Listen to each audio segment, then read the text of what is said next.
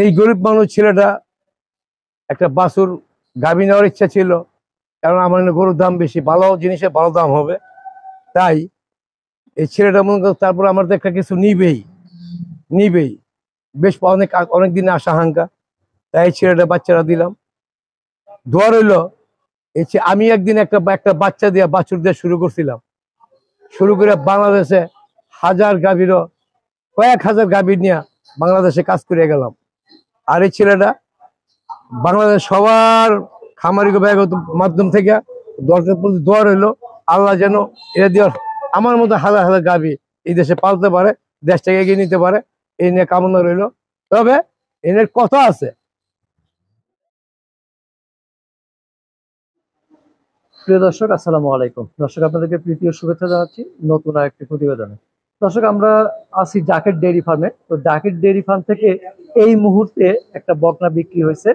আমরা এই বকনাটি সম্পর্কে জানবো, যে কোথায় থেকে এসেছেন, কি দামে ক্রয় করলেন এবং আসলে কি বুঝে এই বকনাটা ক্রয় করলেন, আমরা জানবো ক্রেতা ভাইয়ের কাছ থেকে। ভাই, আসসালামু আলাইকুম। ওয়ালাইকুম আসসালাম। কেমন আছেন? এই আলহামদুলিল্লাহ ভালো। শুরুতে আপনার পরিচয়টা একটু বলবেন। আমার নাম তরিকুল ইসলাম, বাড়ি পিরিজপুর জেলা মঠবাড়িয়া থানা। আমি জাকির ডেইরি ফার্মে একটা বকনা বাচ্চা নিতে আইছি। আচ্ছা, এই যে পিরোজপুর মঠবাড়িয়া থেকে আসলেন, অনেক দূর থেকে আপনি ঢাকায় আসলেন, কিভাবে আসলেন এখানে? কেন জাকির ডেইরি ফার্মে আসলেন? জাকির ডেইরি ফার্মের বাচ্চার গুণগুণ সবসময় ভালো। আগে আগে ফার্ম ভাঙ্গার আগে একটা বাচ্চা পাওয়া ধরলেও তার একটা বকনা বাচ্চা বিক্রি করতো না। আমি যেটা জানতাম বাচ্চা বিক্রি হয়, এখন ফার্মটা ভাঙ্গা দেখে সে গরুগুলো বিক্রি করে। এই এই তার গুণগান মান ভালো বাচ্চার, তার নিজে সব বীজগুলো নিজে দেওয়া, এই জন্য তার বাচ্চাগুলো নিতে চাই।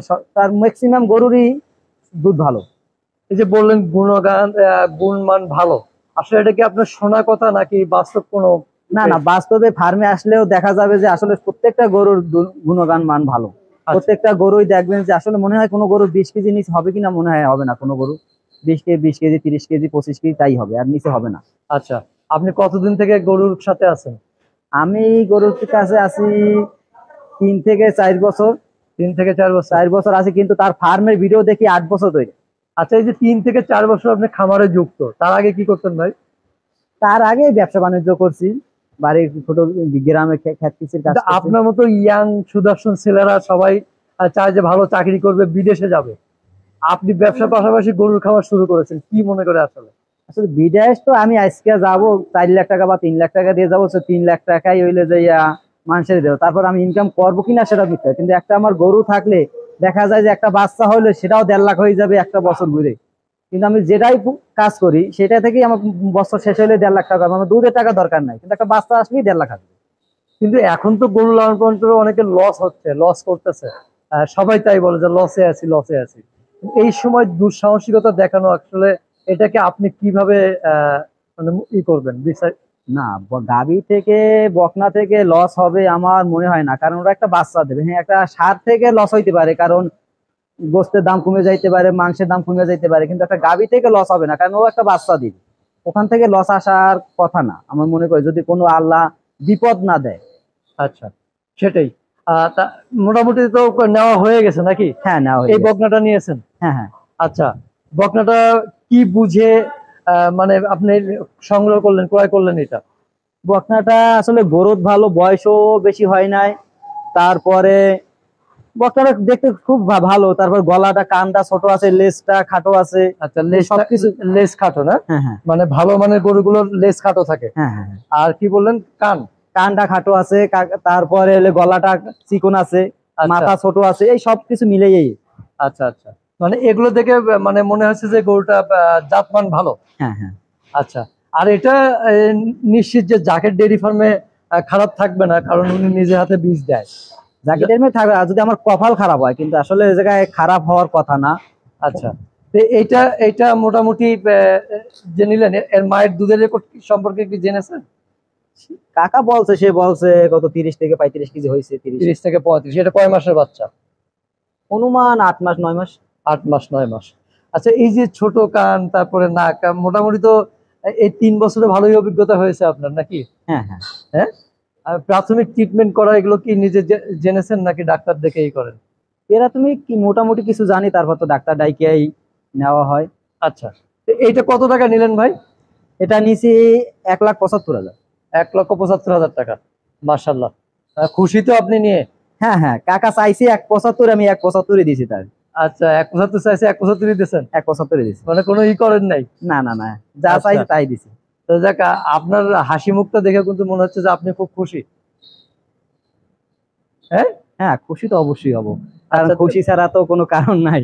তো ভবিষ্যতে খামার নিয়ে কি পরিকল্পনা আছে আপনার? আমার ইচ্ছা বড় করার, তারপর আল্লাহ বড় যা করা। করে। আচ্ছা আচ্ছা। তো প্রিয় দর্শক, দেখতে পাচ্ছেন যে এই বাচ্চাটা জাকের ডেইরি ফার্ম থেকে উনি সংগ্রহ করলেন 1,75,000 টাকা।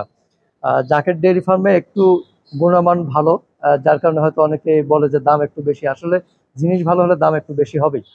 এই গরিব মানুষ ছেলেটা একটা বাছুর গাভী নেওয়ার ইচ্ছা ছিল, কারণ আমার এখানে গরুর দাম বেশি, ভালো জিনিসের ভালো দাম হবে। তাই এই ছেলেটা মনে করো, তারপর আমার তো একটা কিছু নিবেই নিবেই, বেশ অনেক দিনে আসা হাঙ্কা। তাই ছেলেটা বাচ্চারা দিলাম, দোয়া রইলো। আমি একদিন একটা একটা বাচ্চা দিয়ে বাছুর দিয়ে শুরু করছিলাম, শুরু করে বাংলাদেশে হাজার গাভীরও কয়েক হাজার গাভী নিয়ে বাংলাদেশে কাজ করে গেলাম। আর এই ছেলেটা বাংলাদেশ সবার খামারি ব্যাগত মাধ্যম থেকে দরকার প্রতি দোয়া রইলো, আল্লাহ যেন এরা দিয়ে আমার মতো হাজার হাজার গাভী এই দেশে পালতে পারে, দেশটাকে এগিয়ে নিতে পারে, এই নিয়ে কামনা রইলো। তবে এর কথা আছে, একতার বল হ বলিয়ান আকাশে উড়িব বিজয় নিশান। এখনো সময় আছে বাঙালি, জেগে ওঠো, ঘুম ভোর হচ্ছে, তবু তোমরা স্বপ্নে দেখছো। কি স্বপ্ন দেখছো? এই স্বপ্ন দুঃস্বপ্ন বাদ দাও, একতার বলে বলিয়ান হও, আকাশে বিজয় নিশান উড়াও। তাই হবে দেশের মঙ্গল, তাই দেশের কল্যাণ। এবার শেষ করছি। আসসালামু আলাইকুম।